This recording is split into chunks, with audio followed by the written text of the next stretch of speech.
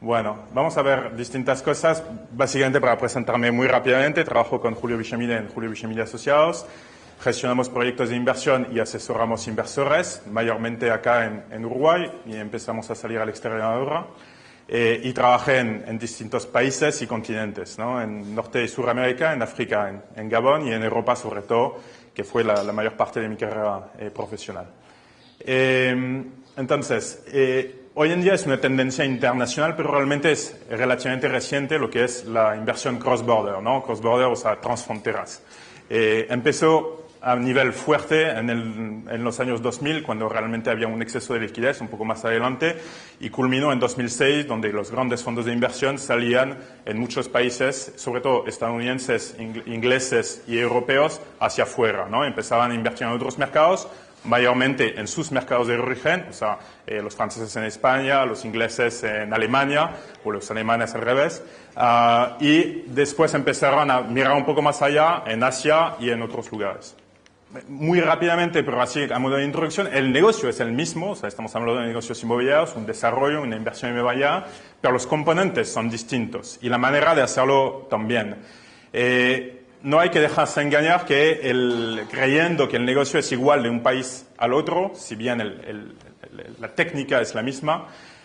Si no, podríamos estar equivocados en la manera de afrontar o abordar las cosas, pero también en la manera de arreglar los problemas una vez invertido en el país.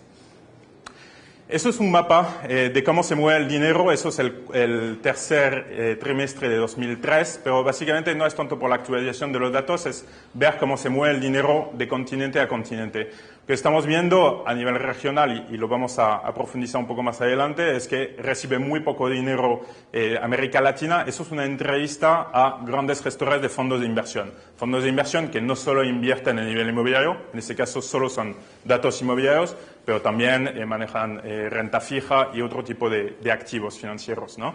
Pero bueno, eso da un mapa un poco de hoy en día cómo se está moviendo el dinero a nivel internacional. Lo que vemos es los americanos invierten mucho afuera y también reciben mucho dinero, principalmente de Asia, de Australia, de Sudamérica y de Europa en la mayoría, ¿no? Pero salen mucho afuera también, ¿no? Eso es el flujo total de inversión anual en billones de dólares por zona, ¿no? Donde se invierte por zona a nivel inmobiliario, todo salvo residencial, ¿no? El residencial normalmente es el segmento donde puede parecer alucinante, pero menos datos tenemos, ¿no? O sea, las grandes consultoras tienen muchos datos de industrial, oficinas, retail y todo eso, pero residencial mucho menos, ¿no? Entonces, eso es un poco cómo se reparte el dinero y la evolución, ¿no? Vemos en 2007, obviamente, que fue el pico de inversiones, pero vemos que en 2014 ya hemos recuperado en cuanto a lo que es el volumen de inversión internacional a nivel real estate. Y vemos que dentro de toda esa distribución del dinero, la parte de Latinoamérica es muy poco, ¿no? Estamos hablando de una ínfima parte de lo que se invierte a nivel internacional en real estate, ¿no? La región que más ha crecido en los últimos años es Asia-Pacífico, o sea, básicamente estamos hablando de China, todos los países, Singapur, Hong Kong, etcétera, Australia. Después tenemos Europa, que todavía se está creciendo en los últimos años después de la crisis, y Estados Unidos también, que se está recuperando, vemos cómo está evolucionando, y Latinoamérica, que se queda relativamente atrás, ¿no? Aquí ni se menciona África porque es todavía marginal. Los inversores, cuando salen afuera, lo que buscan son mercados maduros y considerados seguros, ¿no? Porque uno, cuando se va de su país, lo que quiere intentar es ir a algo que no le, digamos, que no le crea inseguridad, ¿no? Por eso se van normalmente a mercados maduros. Pero después empezaron a considerar mercados en desarrollo, básicamente por las complicaciones en los mercados desarrollados, ¿no? La crisis en Europa, la crisis en Estados Unidos. Entonces, bueno, empezaron a haber oportunidades en otros mercados y concretamente en Sudamérica también se empezó a invertir por esa razón, y algunos empezaron a invertir en África, que fue totalmente impensable hace algunos años. O sea, empezaron realmente a colocar dinero en un mercado mucho más riesgosos, ¿no? Con un riesgo político, con un riesgo soberano, el pago de la deuda, ese tipo de cosas que también influyen en nuestro negocio. Si no está directamente vinculado, lo influyen. La TIR, o sea, el retorno que están buscando esos inversores sobre la inversión, o sea, la TIR anual, normalmente es un 5 o un 10% en mercados seguros, es como todo, ¿no? Si un activo es seguro, obviamente el rendimiento es menor. Y después, en mercados emergentes como América Latina y Asia, están buscando una TIR anual de entre el 15 y el 20%, justamente por ese componente de riesgo, ¿no? Hoy en día hay una gran volatilidad, existe a nivel internacional, tanto el precio del dinero que la abundancia de dinero, porque hoy en día hay mucho dinero en el mundo por las emisiones que se hicieron, básicamente en Estados Unidos, pero también esa volatilidad empuja a los inversores a volver a lo seguro. ¿Qué es lo seguro? Europa y Estados Unidos. Muchos inversores están volviendo a Estados Unidos porque Estados Unidos básicamente está yendo mejor, ¿no? Entonces, es posible que la exposición a países emergentes se pueda reducir en los próximos años por básicamente una mejora en los países como Europa y Estados Unidos y los fundamentales de mercado. O sea, la rentabilidad, la apreciación del capital inmobiliario está aumentando. Eso es una encuesta también a gestores de fondos de inversión y que les da un poco su impresión en el 2014, eso fue hecho a principios de 2014, sobre las regiones donde piensan que va a haber una mejora, ¿no? Claramente estamos viendo aquí que en Estados Unidos piensan que va a haber una mejora, el 60% piensa que va a haber una mejora, o sea, relativamente positivo, más positivo que negativo. En Europa también lo estamos viendo y después el resto de las zonas, bueno, China y Asia se queda más o menos igual, o sea, ni positivo ni negativo, un poco en medio. Y después países como Australia, se invierte mucho en Australia en los últimos años, entonces los gestores de fondos de inversión piensan que no es tan positivo en los próximos años. Y bueno, y ahí vemos otros mercados como puede ser el mercados del Golfo, América Latina, que la tendencia no es tan positiva como lo fue en los últimos años. Eso son los volúmenes de inversión, eso es un trimestre, o sea, es un volumen de inversión en un trimestre. En inversiones inmobiliarias siempre estamos hablando a nivel comercial, ¿no? O sea, esos son los volúmenes de inversión. Claramente vemos 2007, la crisis, o sea, estamos bajando en el primer trimestre de 2009 y a partir de ahí, bueno, va subiendo hasta llegar al cuarto trimestre de 2013, donde ya estamos recuperando niveles anteriores a la crisis, a nivel comercial, estoy hablando siempre, ¿no? Y bueno, lo cual es lógico, ¿no? Si baja el volumen de inversión, sube la rentabilidad. No hay tantos inversores, por lo cual esos inversores tienen mayor capacidad de negociación y obtienen mayor rentabilidad para sus inversiones, ¿no? Según va aumentando el volumen de inversión, va bajando la rentabilidad. Y hoy en día estamos llegando a rentabilidades anteriores a la crisis y volumen de inversión también iguales a antes de la crisis. Lo que sí es interesante es la evolución de la parte en qué están invirtiendo los inversores, ¿no?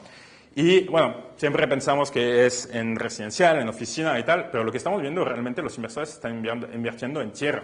El gran asset, o sea, el gran activo hoy en día para los inversores es la tierra. ¿Por qué? Porque la tierra supone poca gestión, o sea, realmente es comprar tierra, mantenerla, dependiendo para cuál es el uso, si es agricultura, si es loteamiento, ese tipo de cosas, pero realmente necesita muy poco desarrollo, digamos, para revalorizarse, ¿no? Obviamente tiene que estar en una coyuntura favorable, etcétera. En los últimos años en Uruguay, por ejemplo, muchos compraron tierra y sin hacer nada hicieron una revalorización muy importante de esa tierra, ¿no? Entonces, sigue siendo la tierra el activo preferido de los inversores, ¿no? Después, por clase de activos tenemos oficinas, retail, industrial, multifamily, casas multifamiliares y hospitality, que es la parte hotelería. Eso es un panorama por la zona de donde vienen los inversores, la capacidad de tomar riesgos, ¿no? Y lo que vemos es que los europeos están muy miedosos porque muy afectados por la crisis, entonces la capacidad de tomar riesgo ha disminuido mucho. Si vemos lo mismo antes de 2008, estaríamos en el 70%. Todo el mundo quería tomar riesgo, ¿no? Porque bueno, el panorama era muy eufórico, ¿no? Después de la crisis, obviamente, eso bajó mucho, ¿no? Los americanos siguen siendo dispuestos a tomar riesgos y vemos que los más que apuestan son los ingleses. Siempre los ingleses son los más lanzados y tienen un comportamiento más oportunístico oportunista, gracias, para las inversiones, ¿no? Después, lo que vemos también es interesante, Latinoamérica y Centroamérica, no, a pesar de que la coyuntura es relativamente favorable aquí en los últimos años, si bien las perspectivas no son tan favorables, aún así hay una cierta aversión al riesgo en América Latina. Eso es importante de entender porque también condiciona mucho el negocio y hacia dónde pueden ir los inversores. Y vemos también que los asiáticos son bastante propensos a tomar riesgos. En definitiva, son los anglosajones, Australia, Nueva Zelanda también es anglosajón, los americanos y los ingleses que están más propensos con los asiáticos porque tienen el viento en cola para tomar riesgos. Realmente, a nivel global, solo 10% de los inversores están mirando mercados afuera. Seguramente eso va a evolucionar y va a aumentar en el futuro, pero hoy en día realmente es muy poco el número de inversores, el porcentaje de inversores que está dispuesto a salir afuera, ¿no? Representa más o menos un 17% del capital global invertido que se invierte transfronteras. Y después hay algunos activos que prefieren inversores por el origen de esos inversores. Oficinas industrial logística, por ejemplo, son los mercados preferidos por americanos y latinoamericanos, ¿no? Shopping center, normalmente los canadienses tienen fondos de inversiones impresionantes, muy, muy importantes y compran shopping centers por todo el mundo, ¿no? Normalmente los europeos, los asiáticos se orientan más hacia algo residencial y, como decía antes, los ingleses son más oportunistas en ese sentido. Pueden mirar cualquier tipo de activo mientras dé una buena rentabilidad, básicamente. Entonces, eso es también de esa encuesta a los fondos de inversión, de dónde viene el capital, y en ese caso son solamente los latinoamericanos que contestaron. O sea, los latinoamericanos, cuando montan una operación, cuando van a invertir, ¿de dónde proviene el capital? Y vemos que el capital proviene en gran parte de su propia zona, o sea, el 84%, suma más del 100% porque había varias formas de responder y por eso el total no es el 100%, ¿no? Pero básicamente vemos que la gran mayoría del capital viene de acá, pero también viene de Estados Unidos. Eso es interesante, porque el día de mañana, si queréis buscar un inversor, al final, igual mejor tocar la puerta antes de un americano que de un australiano, ¿no? Por decir algo. Y después, estos son los volúmenes de inversión en la gráfica que vimos antes a nivel global, ahora ya enfocada más en América Latina, donde vemos también cómo ha ido la evolución. La crisis golpeó también acá, aunque se notó mucho menos que en Europa, pero sí también golpeó.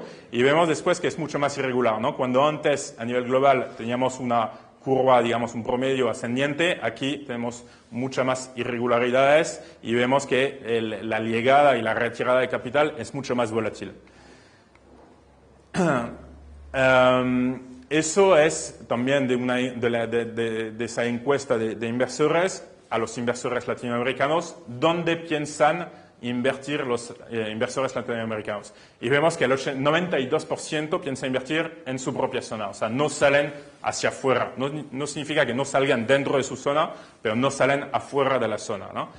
Y eso está a comparar, por ejemplo, con los americanos, que sí están mucho más propensos a salir. Solo el 70% y 77% dentro de su zona, dentro de Estados Unidos, y después salen a otros mercados. Y vemos dentro de esos mercados, como vimos antes, que Latinoamérica, con un 7%, está en la cabeza de dónde piensan invertir. Eso es, también creo que refuerza esta idea de primero hay que buscar un americano antes que un australiano, ¿no? Muchos interrogantes en la región para los inversores, o sea, están dispuestos a invertir, pero tienen muchas dudas Primero porque las metas de inflación no se cumplen y a nivel inmobiliario la inflación es un componente importante, ¿no?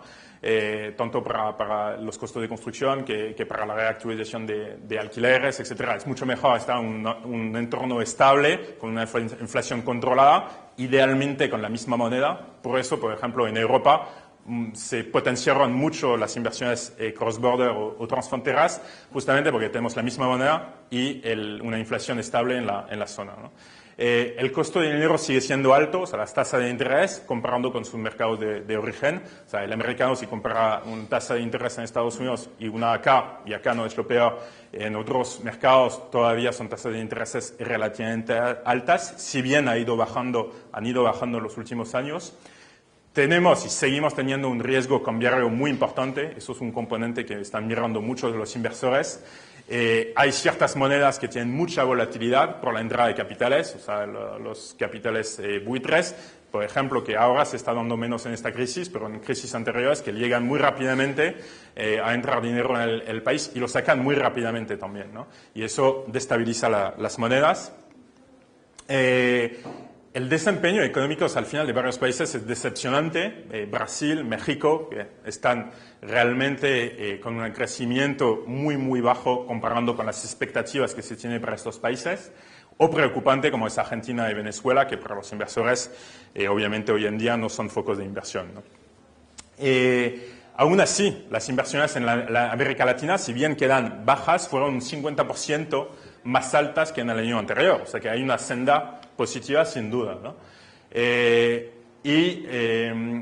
Cuando hablamos de los gestores de fondos de inversión de acá, o sea, los fondos de inversión de Brasil, de Uruguay, fondos de pensiones, por ejemplo, ellos son más reacios a abrirse al portfolio inmobiliario. Están manejando otros activos, como decía antes, obligaciones financieros, etcétera, bonos.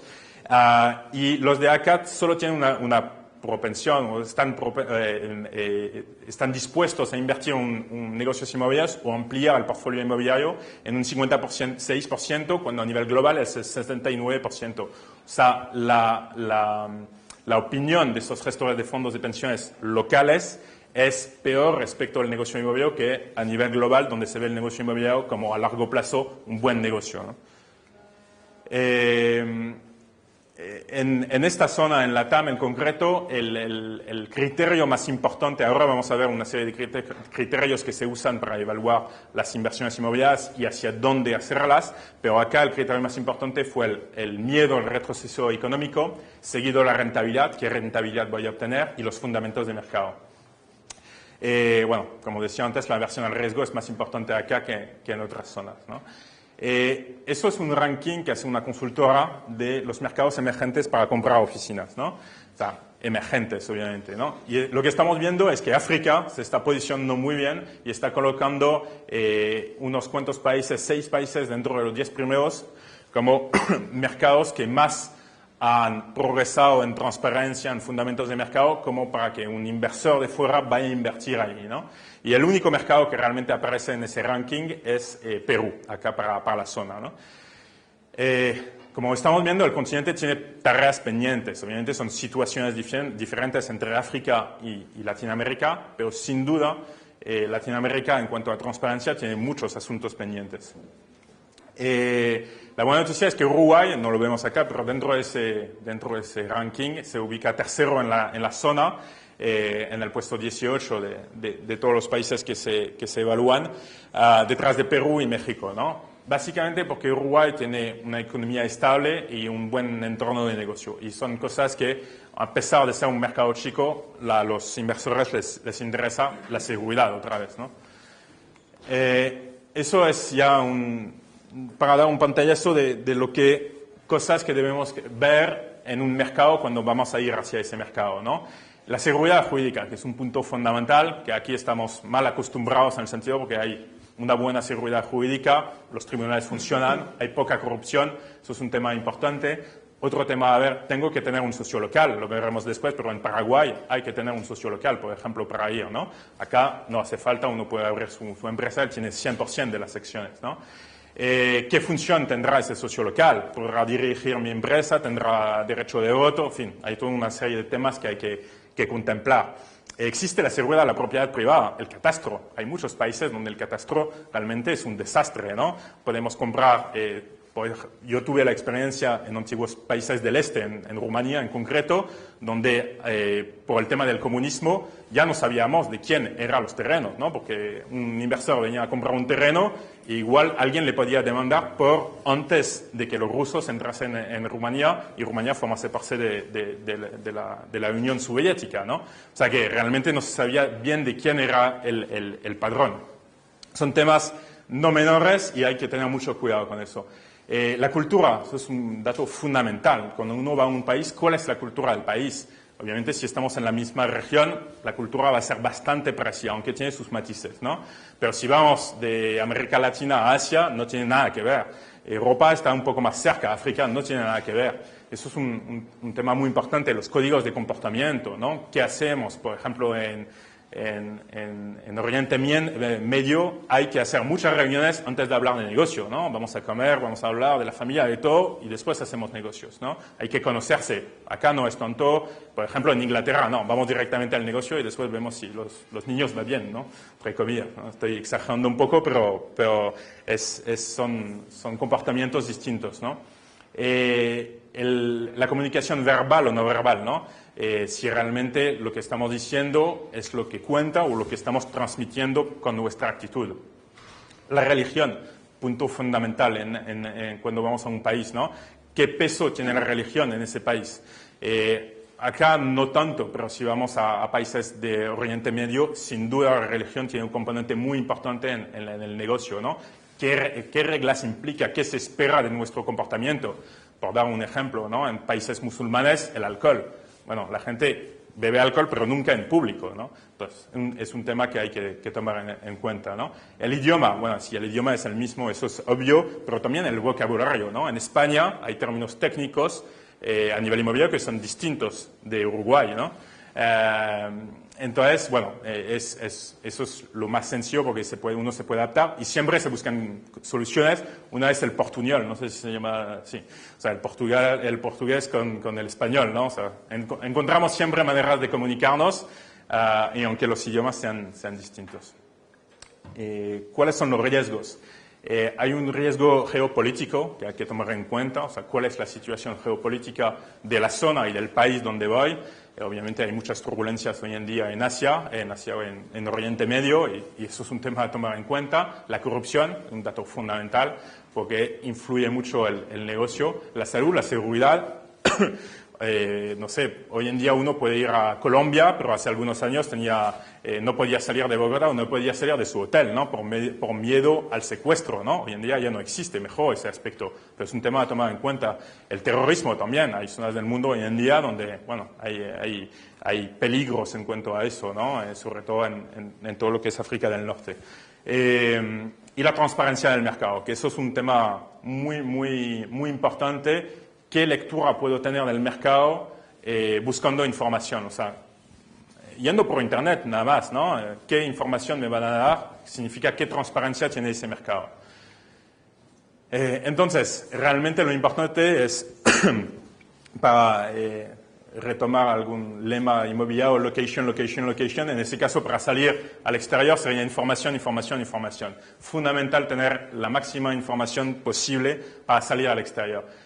Hay una herramienta interesante que publica Jones Lang LaSalle, que es una consultora internacional, que es el Global Transparency Index, que básicamente hace un mapa de todos los países del mundo en función de criterios. Ahora vamos a ver los criterios, pero los rankea desde el más transparente hasta el más opaco, ¿no? Y bueno, eso da un primer pantallazo de los países hacia dónde queremos hacer negocios y cómo se están comportando. Ellos están manejando varios criterios, digamos, son muchos criterios, son 115 distintos, que básicamente clasifican en 5 índices diferentes. Se puede saber cuál es el performance, o sea, cuál es la performance, ¿cómo se dice? La rentabilidad o la forma de medir el rendimiento. Sí, el rendimiento, ¿cuál es el rendimiento? Y si podemos medir el rendimiento de los demás, se sabe que un fondo de inversión está sacando un 7% anual, un 5, un 7, un 8. ¿Sabes? Eso es importante porque permite al inversor saber en qué rango se tiene que situar en ese país. Los fundamentales de mercado, tengo mucha información sobre el mercado donde voy a invertir, oficina, retail, donde sea, pero puedo tener información, sé cómo voy a invertir. ¿Cuál es la gobernanza corporativa de los fondos? En ese caso son los fondos que cotizan en bolsa, ¿no? Pero si, por ejemplo, emiten información corporativa, se sabe cuáles son sus estados contables, o sea, toda la información que un fondo tiene si se publica esa información, ¿no? El marco regulatorio y legal, o sea, cuáles son las maneras, bueno, el catastro en ese caso, por ejemplo, pero también cuáles son las tasas sobre la tierra, el desarrollo, ese tipo de cosas, para saber en qué entorno me estoy moviendo, para que no cada día me están diciendo una cosa u otra, ¿no? O sea, saber bien cuál es el marco de inversión, ¿no? Y bueno, eso es más en cuanto a transaction process, es una vez que ya tengo una inversión hecha, cuál va a ser el proceso luego de, por ejemplo, alquilar o vender esa oficina, ese galpón, lo que sea, y cómo me relaciono con mi inquilino, ¿no? Hay por ejemplo, los derechos, aquí existe la libre contratación de alquileres, ¿no? En España no es el caso, ¿no? Entonces, hay normas distintas en cada país en cuanto a ese tipo de cosas. En el caso de Uruguay, que es importante porque creo que cuando uno va hacia otro país es bueno ver también cómo desempeña su propio país hacia afuera. Eso, por desgracia, Uruguay se ubica mal en cuanto a ese índice que veíamos antes, se ubica el puesto 77 de 102 países. Para la transparencia, ¿no? Antes en la zona hay otros países que llegan antes que Uruguay, muchos países de la zona llegan antes que Uruguay, Colombia, Perú y otros. Solamente tenemos Venezuela que está por ahí, que es peor. Pero eso se debe a muchas cosas. La historia, o sea, el secreto bancario, el secreto de la CCA, el secreto... O sea, por algo se llamaba Uruguay la Suiza de América Latina, si bien ha cambiado drásticamente, seguía teniendo esa fama. Creo que ese ranking no refleja realmente la realidad y sobre todo con los últimos cambios, ¿no? Los acuerdos bilaterales de intercambio de información tributaria, que eso es algo que le pidió la OCDE, la ley de inclusión financiera, que también hoy en día para hacer un contrato de alquiler hay que tener una cuenta donde se va a pagar ese alquiler, eso también transparenta mucho el mercado. El fin del anonimato en la ESEA. Pero es cierto que todavía falta mucho para tener una información más accesible y transparente. Vi ayer que el Observador, por ejemplo, ahora publica una información, un barómetro de cómo es la evolución de los precios residenciales en Montevideo, ¿no? Es algo que, información, yo cuando vine acá hace 3 años no encontraba nada de información. La verdad es que era muy complicado. Por eso fue a ver a Julio Villamide y al final acabé trabajando con él. Pero es verdad que es muy complicado encontrar información. Cada vez hay más, pero todavía falta mucha información en Uruguay. Y contrariamente a lo que se piense, la transparencia, porque aquí hay, y lo puedo entender porque estamos cambiando de modelo, o sea, Uruguay está cambiando de modelo, y la gente es un poco reacia a cambiar, por ejemplo, el fin del anonimato de las sociedades anónimas, también que fue todo un debate, el acuerdo de información tributaria, que también fue un debate. Pero realmente la experiencia y todo lo que se publica a nivel internacional es que la transparencia permite aumentar el tamaño del mercado, no el contrario, ¿no? Y acá en la zona, Perú y Colombia son los países que más mejoran ese índice y que hoy en día están recibiendo más inversiones por parte de fondos extranjeros o de inversiones también de inversores de la zona, ¿no? Esos son los aspectos inmobiliarios.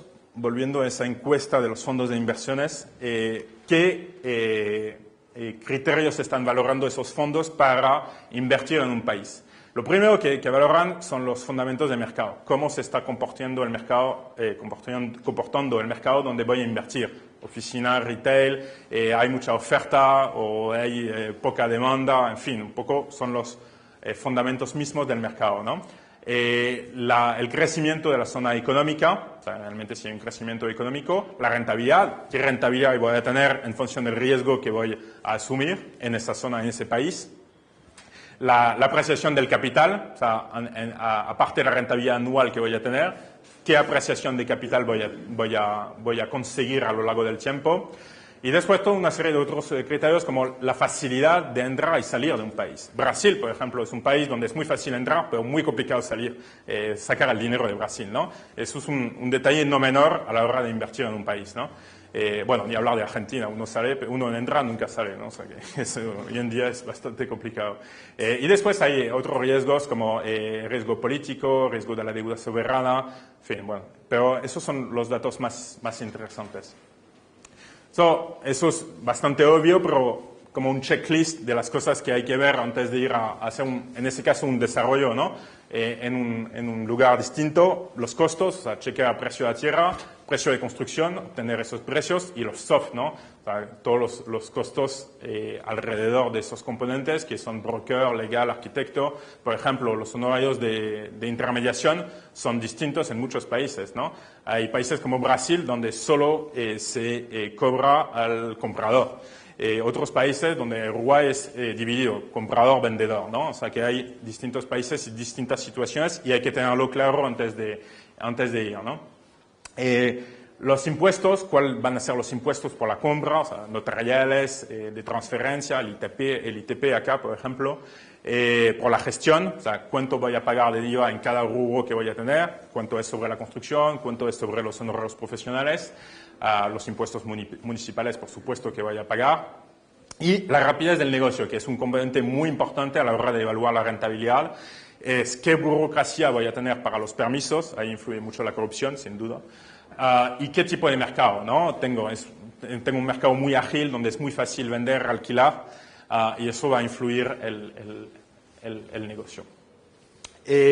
Componentes que influyen a la hora de entrar a un negocio, y para tener así un pantallazo de ese país, es la demografía.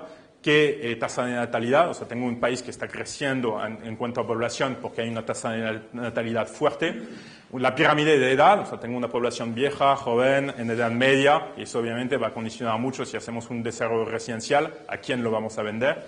Las infraestructuras, tengo conectividad, o sea, hay autopistas, por ejemplo, si hago logística, necesito autopistas, ¿no? No puedo estar montando galpones, un parque logístico al lado de una tierra sin asfaltar. Existencia de un sistema básico, el saneamiento, por ejemplo, ¿no? En Paraguay casi no hay saneamiento, ¿no? Hay muchas ciudades, ¿no? Y eso es un tema también a tomar en cuenta. Los hábitos de trabajo, ¿no?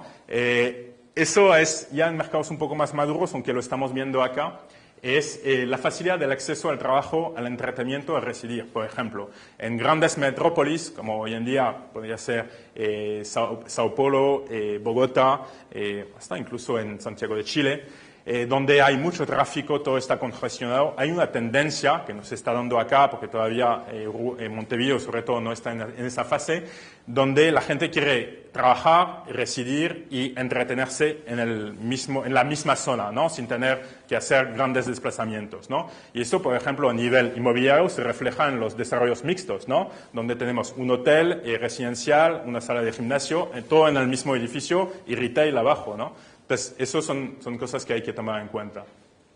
La energía, ¿no? ¿Qué precio tiene la energía en el país, ¿no? Que eso es un tema no menor, sobre todo en la construcción. Y si hay un riesgo medioambiental, por ejemplo, en China, ¿no? Hoy en día hay ciudades que están totalmente contaminadas, que es un riesgo para la salud de los empleados, de la gente que va a estar trabajando ahí también. Pero también es un problema para la ciudad, ¿no? Y eso no es un detalle menor tampoco a tomar en cuenta. Por ejemplo, ubicaciones costeras, ¿no? Con la subida del agua, pues igual hay algunas zonas donde es mejor no comprar tierra, ¿no? Que no es un proceso de un día para el otro, pero hay que tomarlo en cuenta para no encontrarse una piscina en el living, ¿no? ¿Cuáles son los otros componentes que pueden influir? La tecnología, ¿no? Por ejemplo, el e-commerce revolucionó totalmente en Europa y en Estados Unidos el concepto del shopping, y el shopping no tiene nada que ver con lo que era, y por ejemplo, igual hay más oportunidades de negocio hoy en día en industrial, porque al final lo que están haciendo los grandes retailers es almacenar afuera de la ciudad sus productos, lo envían directamente a la casa de sus clientes, y sus tiendas son realmente para mostrar su capacidad. Las tiendas de Apple realmente no es para vender en la tienda un ordenador, realmente es para mostrar la marca y dar una imagen de marca, ¿no? Y eso es un cambio radical, ¿no? La marca, la ciudad donde voy a ir, ¿qué marca tiene? Cool, por ejemplo, que puede ser Buenos Aires. Tech, es decir, muy enfocado a la tecnología, que podría ser la Silicon Valley en Estados Unidos, por ejemplo, para así, o de lujo, ¿no? O sea, lugares que están asociados al lujo, ¿no? Y eso también va a influir en el tipo de desarrollos que voy a hacer. No voy a hacer un desarrollo de lujo en una ciudad que realmente tiene poco componente de lujo, ¿no? Porque igual no cuadra tanto con el lugar y con la sensación que tiene la gente hacia ese lugar. La demanda laboral es un dato fundamental, ¿no? Tengo mano de obra eficiente y productiva, que eso va a ser un componente muy importante a la hora de hacer un desarrollo, pero también invertir en un edificio ya existente a la hora de saber si voy a tener usuarios que van a venir, por ejemplo, hago un edificio de oficinas y quiero llenarlo y hay gente de fuera, multinacionales que van a venir, ellos lo que van a ver es si en ese país hay mano de obra eficiente y productiva para venir al país, ¿no? Entonces, también influye, aunque no sea personal, mano de obra propia de la empresa que invierte. Y bueno, pensar de nuevo los espacios de oficinas y la ubicación. Otra vez, por ejemplo, la tecnología, ¿no? Mucha gente hoy en día está haciendo teletrabajo, ¿no? Trabaja de su casa. ¿Cuál es el espacio de trabajo? La oficina, ¿no? La oficina no tiene nada que ver hoy en día lo que era hace 20, 30 años. Entonces, hay algunos factores que influyen en función de los mercados. El mercado maduro, o sea, Estados Unidos, Europa en general, tenemos una baja tasa de natalidad en general y en cambio de modelo productivo, o sea, el modelo industrial se está acabando de a poco en esos países, más un modelo de servicio o producción, pero una producción muy sofisticada. Y al contrario, en mercados emergentes tenemos un crecimiento exponencial de la natalidad y de la población en general, pero falta, por ejemplo, muchas infraestructuras, ¿no? ¿Qué otros factores pueden influir? Bueno, el flujo de capitales, o sea, hacia la región, hacia dónde voy, de dónde vienen los capitales y hacia dónde van. Por ejemplo, en Colombia hoy en día están entrando muchos capitales, lo cual es favorable al país, pero también es un riesgo, ¿no? Porque rápidamente se puede armar una burbuja con todos estos capitales que están llegando al mismo tiempo, ¿no? Competición entre países. El país donde voy ofrece más que el país donde estoy, que es un tema importante a preguntarse antes de ir. El mercado de capitales. Hay fondos, ¿cómo me voy a financiar? Voy al banco, el banco me financia. Hay fondos inmobiliarios activos, o sea, por ejemplo, existe un fondo en Brasil, en México, en Colombia, o en Chile, existen grandes fondos de inversión y yo puedo hacer un edificio de oficinas y vendérselo entero a ese fondo de inversión. Acá no existe, sí existe uno, pero existe muy poco acá. En Paraguay no existe, ¿no? Digo, depende un poco los lugares donde vamos, ¿no? La sofisticación del mercado de capitales. Y bueno, obviamente a nivel del mercado local, ya lo hemos hablado, los factores de mercado, cuáles son los fundamentos de mercado y el contexto general, las leyes, si se hace prestado, por ejemplo, preventa sobre planos. En España ahora está prohibido hacer preventa sobre planos a causa de crisis y a causa de todo lo que pasó con mucha gente que al final fue engañada por promotores. Ya no está permitido hacer preventa sobre planos. Aquí se puede hacer preventa sobre planos. ¿Cuáles son las personas a ver? Bueno, parece obvio, pero es importante recordarlo. Los arquitectos, los constructores, que nos dan un panorama de cómo se está comportando la construcción si hacemos un desarrollo en ese país. Los brokers, o sea, los agentes inmobiliarios, porque básicamente son los que más información tienen de venta, de compra, de alquiler, precio de la tierra, o sea, toda la información que necesitamos a nivel componentes inmobiliarios. Los abogados, porque nos dan un panorama de las leyes, pero también generan muchos contactos, porque normalmente cualquier inversor va a ver un abogado cuando llega al país, es importante ver abogados. Y la administración pública, Ministerio de Vivienda, que es lo más obvio, pero puede ser infraestructuras también, pero siempre es bueno tener un relacionamiento con entidades públicas. ¿Cuáles son los pasos a dar? Bueno, lo primero de todo es leer acerca del país, pero no solamente cosas inmobiliarias, de todo, ¿no? Sobre la cultura, cómo se está comportando la gente, la historia también, para no cometer a veces impares, hablando con la gente, que es importante saber un poco de su historia. Contacta a gente que ya hayan ido al país, aunque sean en otros negocios, ¿no? Puede ser alguien que haya ido a exportar carne o otros negocios, pero por lo menos esa persona que ha ido a ese país ya se ha generado un ambiente de negocio, ¿no? Y esa gente local que ya haya conocido ahí, igual sí que tiene contactos inmobiliarios que después pueden ser un buen referente cuando uno va en el país, ¿no? Bueno, tomar contactos con personas locales, lo que comentamos antes, arquitectos, constructores y todo eso. Organizar el viaje idealmente para que coincida con una feria, que es la mejor manera de conocer mucha gente al mismo tiempo. Y bueno, y viajar, que eso es lo más obvio, pero sin eso uno no puede expandir su negocio hacia afuera. Una anécdota, porque yo cuando trabajé en España se puso mucho de moda Rumanía y todo el mundo iba a Rumanía. Entonces, bueno, Rumanía era el destino de los españoles a quienes sobraba dinero. No de ellos, sino del banco, ¿no? El banco decía, bueno, tengo 100 millones, ¿los quieres? Bueno, vete a Rumanía a invertirlos, ¿no? Era literalmente así, antes de la crisis, obviamente, ¿no? Entonces, bueno, el lunes por la mañana tomamos todos el vuelo a Bucarest y era más una congregación de la Asociación de Promotores que realmente un vuelo comercial, ¿no? Estaba toda la gente invirtiendo, todos promotores de Madrid yendo a Bucarest, ¿no? Que era bastante divertido. Entonces, Rumanía en ese momento tenía un buen potencial, porque, bueno, primero porque había un exceso de liquidez tremendo en el mundo y poca aversión al riesgo. Entonces, además, Rumanía empezaba a recibir fondos de la Unión Europea. Y eso funcionó muy bien, por ejemplo, en España, ¿no? Cuando España empezó a recibir fondos de la Unión Europea para hacer carreteras, para hacer infraestructuras que faltaban, ayudó mucho a España. Y en ese caso ya todo eso se acaba de dar a España y se empezaba a dar a países del este que entraban en la Unión Europea, y en ese caso Rumanía. Entonces, bueno, era interesante, ¿no? Pero obviamente con todo ese flujo de dinero que entró, el mercado se calentó muy rápidamente porque son mercados chicos, con fundamentos económicos muy pocos estables, y rápidamente hubo una sobreoferta. Había un shopping y a 1 kilómetro otro hacía un shopping el doble de grande, y a otro kilómetro hacía el doble de grande del shopping. O sea, era una locura total, ¿no? Había un dicho de los agentes inmobiliarios en Bucarest que decía, si no lo vendes a nadie, véndeselo a un español, ¿no? O sea, eso resume un poco la situación, ¿no? Había tanto dinero de españoles que realmente no era su dinero, sino dinero de los bancos, que al final estaban sobreofertando los unos sobre los otros en el precio de la tierra.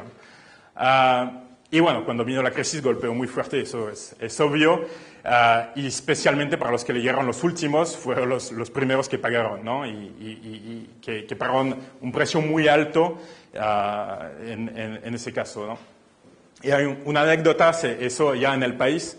Fui con un inversor francés ahí a Bucarest y bueno, vimos para comprar un desarrollo que había hecho una empresa promotora de Bucarest. Y bueno, y nos envían los planos, miramos los planos y no sé qué, vimos todo. Y de repente el inversor me dice, ¿pero qué hay ahí en subsuelo? Y había como un espacio muy grande con paredes muy gruesas, o sea, sistemas de seguridad. No sé, ¿no? Entonces, pregunto al desarrollista que estaba vendiendo ese desarrollo y que iba a comprar al inversor, y dice, no, es un refugio antiatómico, ¿no? Estamos en 2012, no, 2010, ¿no? 2010, bueno, todavía la Guerra Fría pasó un poco, ¿no? Y sí, porque en Bucarest no había cambiado la normativa, y en ese barrio, que era un barrio nuevo, el primer edificio alrededor de, no me acuerdo ahora, 5 kilómetros, tenía que tener un refugio antiatómico para toda la zona que iba a vivir en el lugar, ¿no? O sea que ese edificio básicamente estaba pagando una bestialidad por hacer un refugio antiatómico para toda la gente de la zona, cuando ya obviamente la Guerra Fría había acabado hace tiempo, ¿no? Pero son de estas cosas que pueden pasar en países por su cultura, porque la normativa de urbanismo no había cambiado, etcétera, etcétera. Uruguay, ¿por qué puse Uruguay? Porque desde mi perspectiva, como yo vi a Uruguay cuando llegué acá y cómo lo sentí, ¿no? Como profesional que descubrió el mercado, y también atendemos nosotros muchos extranjeros con Julio en la consultora. Lo que vemos, y todo el mundo reconoce, es que hay un buen clima de negocio, sin lugar a duda. El sentido de la palabra, que eso es un tema muy, muy importante, ¿no? Las relaciones profesionales acá son muy distintas que en Brasil, por ejemplo, ¿no? Y eso es algo a tomar en cuenta. El entorno político es estable, o sea, las últimas elecciones se fueron desarrollando un entorno relativamente tranquilo, por lo que pueden ser elecciones presidenciales. Por ejemplo, nosotros tenemos muchos españoles que vienen acá a invertir y parece España, pero es muy distinto en varios puntos, ¿no? La actitud de la administración, es cierto que la administración aquí tiene todavía una burocracia muy fuerte y eso es un componente del negocio que sorprende a muchos inversores cuando vienen acá. Y muchas veces los inversores que vienen plasman una realidad europea sobre un contexto local. Y os voy a dar un ejemplo, que es los tiempos de obra, por ejemplo, una obra de una altura de 10 plantas, 27 metros y 10 plantas, planta baja más 9, de 2.000 metros cuadrados, en España puede tardar 15, 18 meses, ¿no? Acá por lo menos 20 sin duda, ¿no? Entonces, obviamente, eso influye en el retorno, ¿no? Vienen con un business plan que no está adecuado a lo que es la realidad de la obra acá, ¿no? Y el costo de construcción. Ningún inversor que he visto acá venir de fuera no me ha dicho que el costo de construcción es alto. Sí, es alto, sin duda, ¿no? Entonces, todos dicen, no, lo vamos a cortar por la mitad. Nosotros le decimos, no, creemos que no va a ser así, ¿no? Pero todos están convencidos que van a dividir en dos el costo de construcción porque en su propio país el costo de construcción es mucho más bajo. Lo que pasa es que son realidades distintas. Primero porque España está en crisis, por lo cual la mano de obra está por el suelo y realmente no vale nada. Los materiales tampoco, porque las grandes fábricas necesitan seguir produciendo y por lo cual están vendiendo a precios ridículos comparando con lo que era hace 7 años. Y acá la situación es distinta. Es decir, la mano de obra, hay una inflación del costo de la mano de obra, la revelación de mano de obra por los acuerdos cada año es más caro. Los materiales de construcción, es un país chico, los materiales de construcción valen mucho más dinero que lo que puede valer en Europa, ¿no?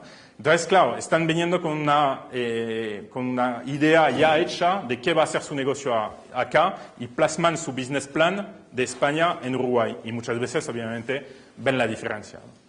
Ahora, para ir a otro mercado que es Paraguay, hice un escaneo de un anuncio que está en revistas, donde dicen cosas totalmente ciertas en cuanto a invertir en Asunción, por ejemplo, ¿no? El precio del metro cuadrado, cuando alguien de acá ve ese precio, dice, bueno, es muy distinto a lo que son los precios de venta acá en Montevideo, por ejemplo, ¿no? Y lo resalta, obviamente, porque es un atractivo muy fuerte para ir a invertir a Asunción, ¿no?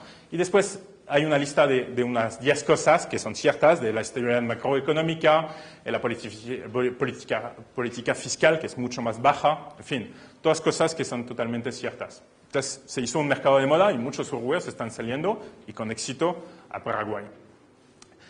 Si comparamos Paraguay con Uruguay, costo de construcción más o menos en Paraguay está alrededor de 500, 600 dólares de metro cuadrado, en Uruguay 1.200, 1.500 dólares de metro cuadrado, a la mitad básicamente. Precio de venta obviamente está menor, pero 1.300, 1.500 dólares, 2.000, 2.500 dólares acá. Las condiciones macroeconómicas, la población es el doble de Uruguay, que es un dato importante. El endeudamiento del Estado casi no hay, porque tampoco el Estado emite bonos soberanos. El crecimiento económico, 13,6% en 2013, 4,4% para Uruguay en 2013. Sí, pero mucha volatilidad. El PIB en 2012 fue el menos 1,2%, después 13,6% y la previsión para 2014 el 4,5%. O sea que realmente estamos pasando de negativo a muy positivo a una media, ¿no? Y eso hay que tomarlo en consideración también. Desarrollo del país muy distinto. 80% de Asunción, por ejemplo, no tiene saneamiento, que es un tema a tomar en consideración. Hay corrupción. Hay cada vez menos, pero por ejemplo creo que hace poco en el Ministerio de Vivienda, ¿no? Salió algo sobre corrupción, o sea, el propio Ministerio de Vivienda, entonces es un tema a tomar en cuenta. La distribución de la riqueza es muy desigual, ¿no? En Uruguay tiene una pirámide de distribución de la riqueza donde la clase media es muy importante. En Paraguay en general no es así, o sea, es una pirámide totalmente, o sea, la clásica pirámide donde muy pocos tienen muy poco y abajo del todo hay mucha gente, ¿no? Aunque eso cambia en los últimos años y el país está reduciendo esa desigualdad. Se necesita un paraguayo para abrir una empresa, lo que comentaba antes, ¿no? Ahí hay que tener a alguien de confianza para abrir una empresa porque es necesario para hacerlo. Igual, eso es algo que lanzo y porque Julio fue hace poco allá a Paraguay. El negocio igual está en la venta, puede estar en la venta, pero también en el alquiler, ¿no? Hay una necesidad de alquiler de unidades y uno puede pensar armar un fondito como para hacer viviendas y alquilarlas, ¿no? Que puede ser un buen negocio. Bueno, la conclusión, errores. Para salir afuera siempre cometerán, eso no hay duda, y todo el mundo las comete y no hay que tener miedo a esas, al igual que cuando uno emprende, siempre se cometen errores. Se necesita información, lo que comentaba antes, lo más importante de todo para mí. Voluntad, o sea que hay que tener voluntad de ir afuera y no dejarse llevar por una moda, porque es lo peor que pueden hacer. Y tenacidad, porque cuesta, y cuesta mucho tiempo. La verdad es que es una cosa que lleva bastante tiempo y hay que ser firme en su propósito de instalarse en otro país, ¿no? El mundo, es verdad, se abre gracias a las nuevas tecnologías, pero el negocio sigue siendo local y uno no maneja un desarrollo, por ejemplo, en Paraguay por Skype. Hay que ir mucho. Entonces, hay que organizar su agenda para dedicar tiempo a viajar o instalarse si realmente es necesario, ¿no? Pero también es interesante salir al exterior porque es una doble vía. Buscar nuevos lugares para invertir, pero también buscar inversores para su mercado de origen. Por ejemplo, a alguien de Paraguay le puede interesar invertir en Uruguay, pues es un mercado mucho más estable, donde igual si tiene un poco de dinero, lo tiene más seguro. En fin, entonces se puede aprovechar de las dos maneras, ¿no? Y bueno, si tienen preguntas, lo que sea, gracias.